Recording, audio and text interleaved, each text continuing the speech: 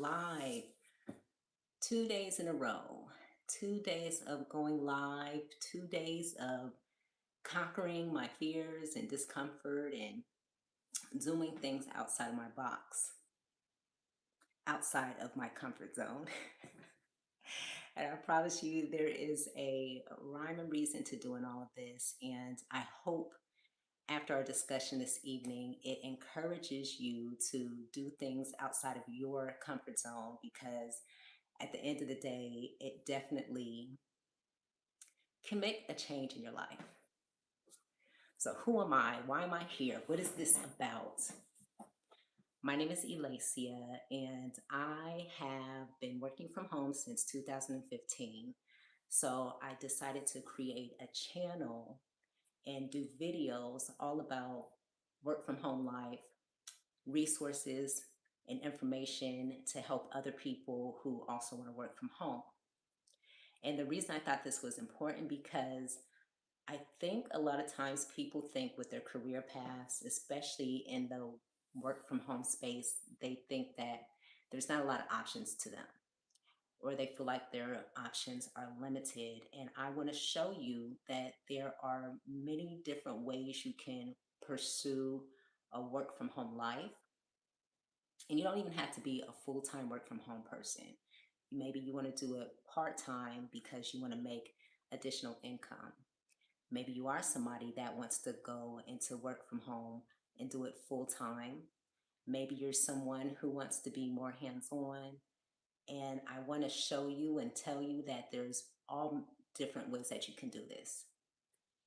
So, like I was saying, I've been doing this since 2015. And tonight, I'm going to share with you kind of like four different paths you can take, or four different categories, because there's many different paths you can take. But I want you to know that there's four different categories that you should consider based on your personality, based on what chapter you are in your life right now, based on your needs and your income goals. I want to start off first by just sharing a little bit about my journey and then going into the different paths you can take and really encouraging you to think about what it is that you want. Because at the end of the day, it doesn't matter what the media is saying, it doesn't matter what I say. It's about what you want, what you need, and what your goals are. So, welcome in. Hello. Thank you for stopping in today. Again, my name is Elacia. I share information and resources about working from home for people who are interested in working from home. So if this is what you're about, if this is what you're interested in, welcome. So I was saying, I have been working from home since 2015. So this was before the pandemic. This was when working from home was a little bit more taboo, I guess, because there was kind of like the buildup of online income where people were doing digital marketing, when people were doing like SEO, and podcasting was just getting started. For me, I knew that I needed something different because I was working a traditional job. I was going to work, had a kid, going to daycare. I had a baby on the way, and I knew that this wasn't the life that I wanted to live. It was stressful trying to go back and forth doing the daycare thing. I barely got to see my husband. I did not like paying the daycare fees, and I knew that with another baby on the way that this would be even more of a bigger expense that we had to take care of. So I got to the point and I was like, well, what can I do? Because I know this isn't for me. I need to do something different. And of course, as you do, I got on YouTube, I got on Google, and I started researching some of my options. And the thing that came up was working online as a virtual assistant. That's what kept coming up. And location independence was another thing that kept coming up. And the more that I looked into it and seeing like how the people that were location independent were living, I felt like I don't know if that's the lifestyle for me because it seemed a little bit more flashy. It seemed like mostly coaches were doing it, or people who were more in the marketing space were doing it. That just wasn't where I was at that time. But for me, I felt like virtual assisting was something that I could do because I could basically take a skill I already have, which was recruiting at the time is what I knew how to do. And I also knew how to write. Those were like my two main skills at the time. And I knew that there was a way that I could take those skills and just be an assistant to somebody. I also knew how to do administrative work. So, what I decided to do from that point is I ended up leaving the job that I was at. I had some money saved up, so I knew I had a little bit of time to kind of figure things out and find clients. And so what I did was I started to go onto Facebook because that was like the big thing back then, and just spreading the word about, hey, everybody, I'm doing this thing called virtual assisting. If you have your own business and if you need help in these areas with recruiting, just regular admin work, or if you need help with writing, because SEO and blogging was a big thing then, I can provide these services. And then I just went online again, continuously telling my story, letting people know what it was that I did. And eventually I got my first customer and they wanted me to help them with blogging. After that, when you first get your customer, you get more confident in what you're doing. So I moved on from there and I started going to networking events and going to like the office buildings. I don't know if you're familiar with the office buildings where there's different small business owners that work in there, and just letting them know, like, hey, I'm a virtual assistant and this is what I do. And from there, I was able to gain customers. So from that point on, I felt like virtual assisting was something that was really possible. But what I noticed that just being in the frame of virtual assistant, it didn't really pay that much because you're really a generalist. So from there, I decided that, okay, I need to really focus on one skill set. And then I really honed in on recruiting. And then I was able to get clients based on my recruiting skills. So I don't know if you see how everything slowly progresses. It kind of goes from making a decision of what you want to do, taking a skill set that you already have, and then building up on that and getting clients. And from there, that's kind of how like one type of work from home journey can start. All right, so let me go in here real quick. All right, welcome in. For those of you that are just coming in, I want to let you know that this space, this conversation is all about working from home, providing you information and resources about working from home if you're someone that is interested in moving in that direction.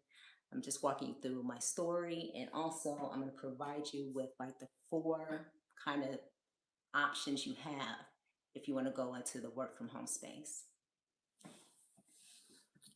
So from there, I went into just focusing on one skill set, which was recruiting. And then that ended up allowing me to make more money, become more confident in my work from home skills, and have more opportunities. So that's a little bit about my story. So, what I want to share with you, because the whole point of this video today is talking about how working from home is not a one size fits all journey for people. There are different reasons that people do it. There are different personality types. So I'm going to start with the first umbrella option is to become a remote employee. So this is a W-2 employee, basically somebody that goes and they apply for a job with a traditional company who is hiring for remote work. This is good for people that want more consistent income. This is good for people that want benefits. If you are someone that likes, your paycheck coming in every week, every 2 weeks, then the remote employee route is probably the best option for you.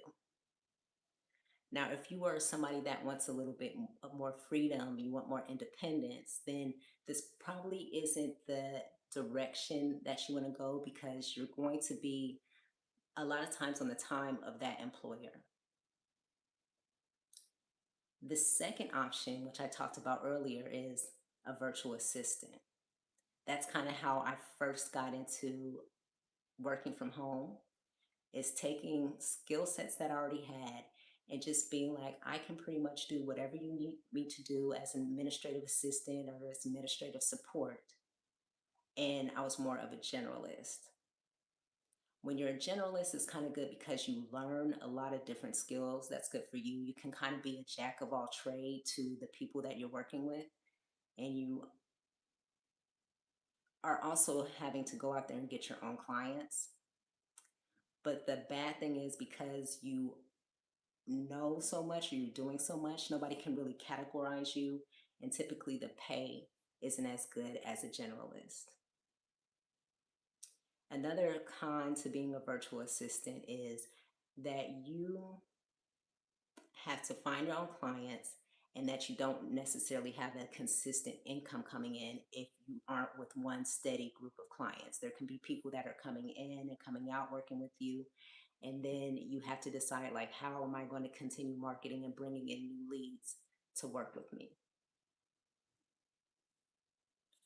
The third thing, or the third option or journey, is a skill-based service provider.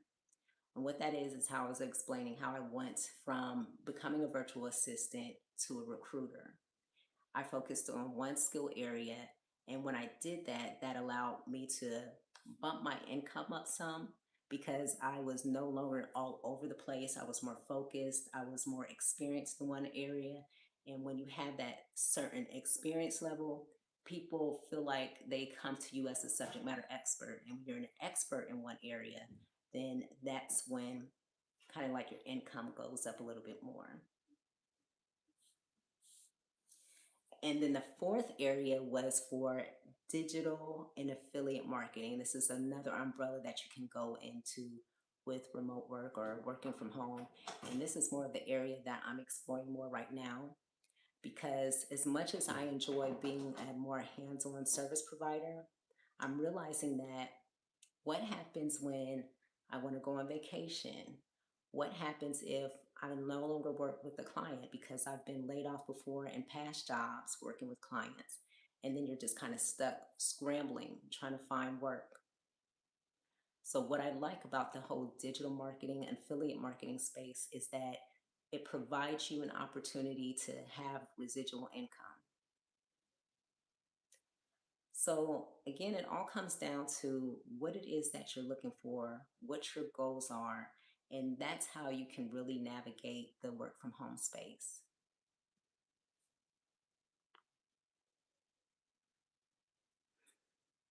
So for me, I feel like the service provider role and also the digital marketing and affiliate marketing role, that's kind of what is good for me. And that has a lot to do with my family dynamics, my personality, and just some of the income goals that I'm striving for. For you, it's going to be all about sitting down and thinking about what it is that you need. What is it, if you have a family, that they need, or just kind of like your personality type. So I hope this was helpful for those of you that stopped in today, or those of you that may look at this on the replay. Make sure you leave a comment on what you feel like would be best for you as far as the work from home life, as far as your own personality type. What is it that seems like is really hitting the point for you? And so that's all I have for this video. And just to let you know also, I have a work from home hub that has all different kinds of resources and information for those people that are interested in pursuing the work from home life, whether it be full-time or part-time. In there, you can find things about how to move into digital marketing, how to move into AI, and just learning the skills it takes to be able to work from home, find clients, market yourself, all that kind of stuff that usually stops people from moving into the work from home space outside of being a remote worker.